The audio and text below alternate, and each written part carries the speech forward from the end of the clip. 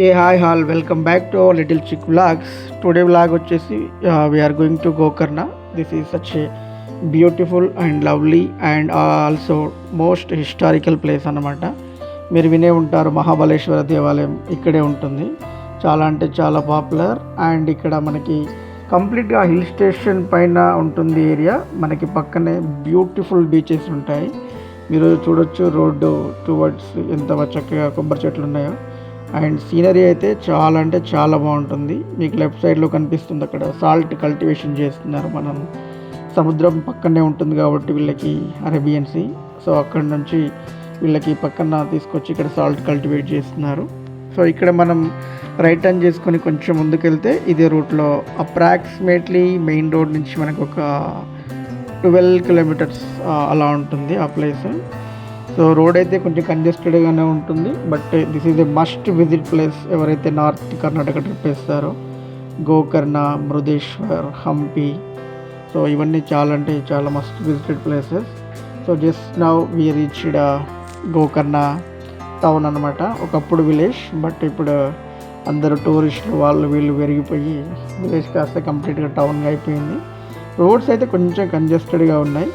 That మేము holiday టైంలో వెళ్ళాము కాబట్టి ఇంకా చాలా అంటే చాలా ఉండే. సో ఇప్పుడే మేము మహాబలేశ్వర దేవాలయం వెళ్ళాలని స్టార్ట్ అయ్యాము, కార్ పార్క్ చేసేసి. టెంపుల్ ఎలా ఏర్పడింది అని అంటే, రావణాసురుడు శివునికి చాలా అత్యంత ఇష్టమైన భక్తుడు అన్నమాట. సో అతను తపస్సు చేసి శివుడిని కోరగా శివుడు తనకు ఒక ఆత్మలింగాన్ని భూలోకానికి తెచ్చి ఇస్తాడు.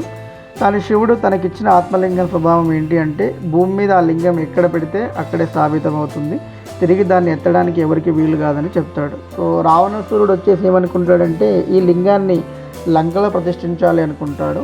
లంకలో ప్రతిష్ఠించాలి అనుకున్నప్పుడు దేవతలు విష్ణువుని అడుగుతారనమాట, అక్కడ పెడితే ఏమైనా ఇష్యూస్ వస్తాయేమని. అప్పుడు రావణాసురుడుకి ఏం చేస్తారంటే, విష్ణువు తన మాయతోని మార్నింగ్ని కాస్త ఈవినింగ్ చేస్తారనమాట. సో అప్పుడు ఈవినింగ్ అయితే దేవుడికి ప్రేయర్ చేసుకోవడానికి రావణాసురుడు ప్లానింగ్లో ఉంటాడు. సో అప్పుడు నారదుడు వినాయకుడి దగ్గరికి వెళ్ళి రావణాసురుడి వద్ద ఆత్మలింగాన్ని తీసుకొని భూమి మీద పెట్టాలని చెప్తే, వినాయకుడు వచ్చేసి మనకి చిన్నబాబు రూపంలో అక్కడికి వెళ్తాడన్నమాట. సో అతని దగ్గరికి వెళ్ళగానే అప్పుడు ఎలాగో ఈవినింగ్ అయింది కదా అనేసి మనకు వచ్చేసి రావణాసురుడు సంధ్య వార్చుకోవడానికి వెళ్తాడు. ఆ లింగాన్ని తనకిస్తే వినాయకుడు తెలివిగా ఏమంటాడంటే, నేను 3 సార్లు మిమ్మల్ని పిలుస్తాను, ఆ లింగం బరువుగా ఉంది, మీరు రాకపోతే నేను ఇక్కడే పెడతాను అని అంటాడనమాట. సో రావణాసురుడు వెళ్ళగానే ఈ బాబు 3 సార్లు పిలిచి ఆ లింగాన్ని అక్కడే స్థాపించేస్తాడు. అలా ఏర్పడిందే ఈ మనకి గోకర్ణలోని మహాబలేశ్వర టెంపుల్ అనమాట.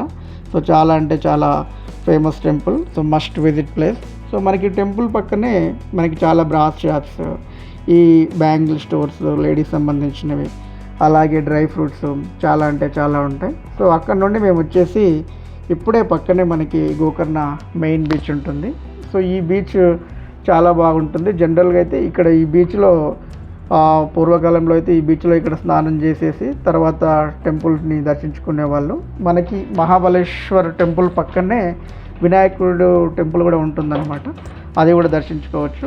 ఆ వినాయకుడు టెంపుల్ ఎలా ఏర్పడింది అని అంటే, ఆ లింగాన్ని ఇందాక నేను చెప్పిన స్టోరీలో ఆ లింగాన్ని అక్కడ పెట్టినప్పుడు రావణాసురుడు కోపంగా వినాయకుడి పైన ఒకటి కొట్టాడంటే తలపైన. సో అక్కడున్న వినాయకుడి విగ్రహం కూడా అలాగే తలపైన ఇలా మొట్టినట్టు ఉంటుందన్నమాట. సో ఈ బీచ్ వచ్చేసి మెయిన్ బీచ్ గోకర్ణ. సో చాలా అంటే చాలా క్రౌడ్ ఉన్నారు మేము వెళ్ళినప్పుడు. మీరు చూడొచ్చు ఇక్కడ అలలు అయితే చాలా స్పీడ్గా వస్తున్నాయి. సో ఇది మా ఫస్ట్ బీచ్. ఇంతవరకు we haven't visited any beach places. So మా కిడ్స్ని తీసుకొని వచ్చాం. చాలా అంటే చాలా బాగుంది ఈ బీచ్. అలలు మాత్రం చాలా స్పీడ్గా వస్తున్నాయి. మేము మరీ అంత లోపలికి ఏం వెళ్ళలేదు. చూడొచ్చు మీరు, విజువల్స్లో కనిపిస్తుంది. మా ఇద్దరు పిల్లలైతే చాలా బాగా ఆడుకున్నారు, చిన్నవాళ్ళు.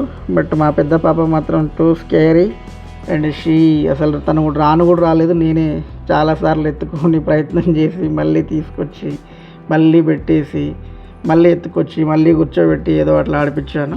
బట్ ఇద్దరు చిన్నవాళ్ళు మాత్రం టూ షార్ప్, వాళ్ళు చాలా అంటే చాలా ఎంజాయ్ చేశారు. సో మీరు చూడొచ్చు ఇక్కడే మా పెద్ద పాప ఒడ్డున కూర్చొని ఏదో కాసేపు ఆ వాటర్ని అలా తాకింది అంతే. ఈ beach must worth visit with family, చాలా బాగుంటుంది. ఇంకోటి ఏంటి అంటే, ఇక్కడ ఎవరో మర్చిపోకుండా చేయాల్సిన పని, తప్పకుండా మన ఫోన్స్ పక్కన పెట్టుకోవాలి. నేను పొరపాటున అసలు నా ఫోన్ ఇలా ప్యాకెట్లో పెట్టుకొని వెళ్ళాను అంతే. ఇది కంప్లీట్గా సాల్ట్ వాటర్ కాబట్టి నా ఫోన్ చూస్తుంటేనే ఫ్రాక్షన్ ఆఫ్ సెకండ్స్లో మొత్తం డ్యామేజ్ అయిపోయి వైబ్రేట్ అయిపోయి డెడ్ అయిపోయింది. ఈ వాటర్కి అస్సలు మనం ఎలక్ట్రానిక్ గాడ్జెట్స్ మాత్రం చాలా కేర్ఫుల్గా ఉండాలి. సో మా కంప్లీట్గా డ్యామేజ్ అయిపోయింది, ఫోను డెడ్ అయిపోయింది. షాప్లో చూపించినా కానీ ఎక్కడ ఇది అవ్వసారని చెప్పారు. So be careful with our electronic gadgets. So అక్కడ నుండి మేము మార్నింగ్ అయితే ఏమీ తినలేదు ఆ రోజు. సో ఇప్పుడే లంచ్ చేద్దామని ఒక ప్లేస్కి వచ్చాం.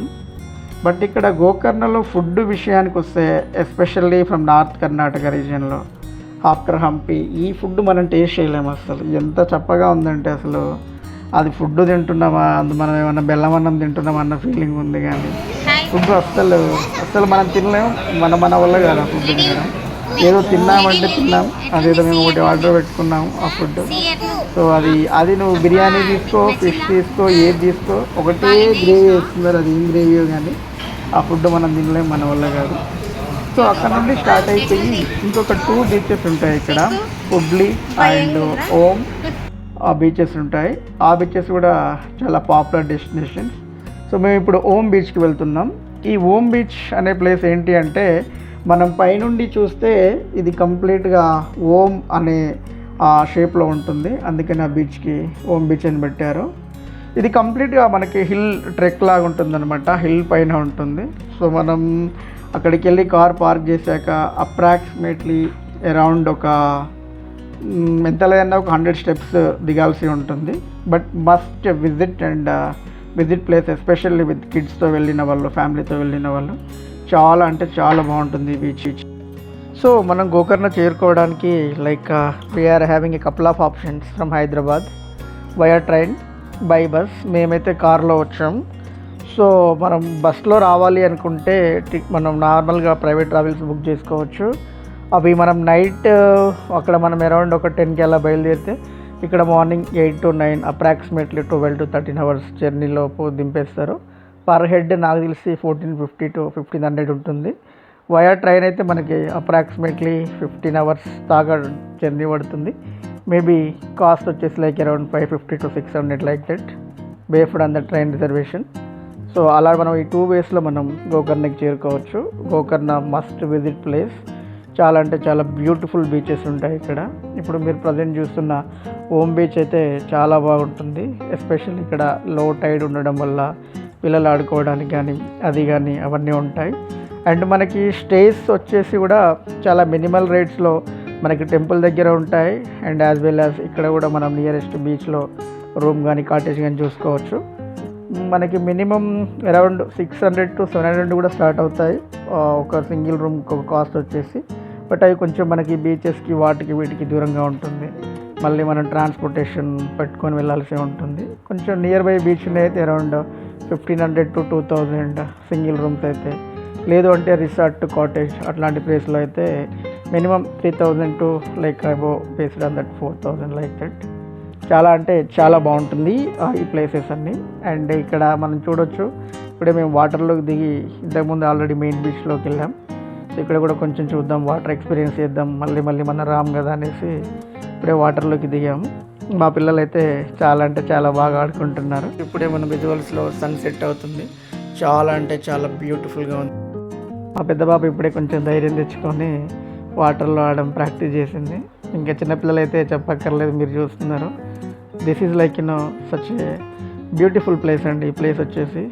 సో మనం వాటర్ని అలాగే చూస్తూ ఆ ప్లేస్లో కూర్చొని ఎంతసేపు అయినా ఉండాలి అనిపించేలాగా ఉంది.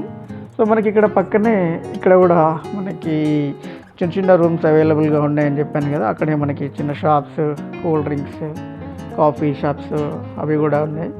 ఇలా ఉంటుంది మనకి పైనుండి చూస్తే ఓమ్ అనే బీచ్ షేప్. సో నేను బాగా అబ్జర్వ్ చేసింది ఏంటంటే ఫారెన్ టూరిస్ట్స్ చాలామంది ఉన్నారు. ఇప్పుడే మీరు చూడొచ్చు వీడియోలో ఒక రష్యన్ ఫారెన్ టూరిస్ట్ మా చిన్న పాప తను ఒక చిన్న గేమ్ ఆడుతుంది. తను ఏదో ఒక 3 ఆప్షన్స్ ఇచ్చేసి ఒక ఇమేజ్ డ్రా చేసి ఇస్తుంది అనమాట. సో వాళ్ళ దగ్గర ఉన్న ఆప్షన్స్ని ఒక చిన్న గేమ్ లాగా తయారు చేసి వాళ్ళు ఒక మూన్ అయితే డ్రా చేసి ఇచ్చారు. She felt very happy for that. అప్పటికే మాకు అరౌండ్ వచ్చేసి ఒక 6:30 to 7 చీకటి అయిపోయింది. సో మేము ఇంకా మళ్ళీ దాదాపు ఒక 100 స్టెప్స్ మళ్ళీ క్లైంబ్ చేయాల్సి ఉంటుంది. లైటింగ్ అయితే లేదు ఈ బీచ్లో. సో మనం నైట్ మనం ఉండలేము ఈ ప్లేస్లో. Morning especially like sunrise ఆ టైంలో కానీ సన్సెట్ ఆ టైంలో కానీ వచ్చేసి వెళ్ళొచ్చు. చూపిస్తున్నారు మనకి. ఇంకా వాళ్ళు ఒక మనసులో ఒకటి అనుకుని దాన్ని డ్రా చేసి ఫైనల్గా అయితే ఒక మూన్ షేప్ అవుట్ తీసుకొచ్చి ఆ పిక్చర్ మనకి ఇచ్చారు. అదేం ఫ్రీ ఆఫ్ కాస్ట్ కాదు. ఎందుకంటే మనకి ఎంత ఇష్టం ఉంటే అంత ఇవ్వమన్నారు. మేమైతే ఒక 100 రూపీస్ వాళ్ళకి ట్రాన్స్ఫర్ చేశాను. సో ఫారినర్స్కి మనకు ఉన్నది అదే తేడా అనమాట. సో వాళ్ళు ఏది ఎక్కడికి వచ్చి సర్వైవ్ అవ్వగలుగుతారు, మనమైతే ఉండలేము. సో ఇప్పుడే అక్కడ నుండి మేము స్టార్ట్ అయ్యి మేము నియర్ బై ఇక్కడే రేపు మార్నింగ్ ఇంకొక బీచ్ చూడాలనుకున్నాం. సో పక్కనే ఒక కాటేజ్ ఒక రిసార్ట్ సెలెక్ట్ చేసుకున్నాం. బాగుంది రూమ్ అయితే. మనకి budget friendly with family around 3000 rupees. Agastya అనేసి దాని పేరు. ఇక్కడ మనకి ఫెసిలిటీస్ కూడా అన్ని రీజనబుల్ ఫేర్లోనే ఉన్నాయి. సో ఇక్కడ నుంచి మనం బయటికి వాకౌట్ చేయగానే మనకి మంచి బీచ్ కనిపిస్తుంది అనమాట. ఆ బీచ్ ప్లేసే కుడ్లే బీచ్. మనకి మార్నింగ్ వ్యూ కానీ ఈవినింగ్ వ్యూ కానీ సూపర్గా ఉంటుంది.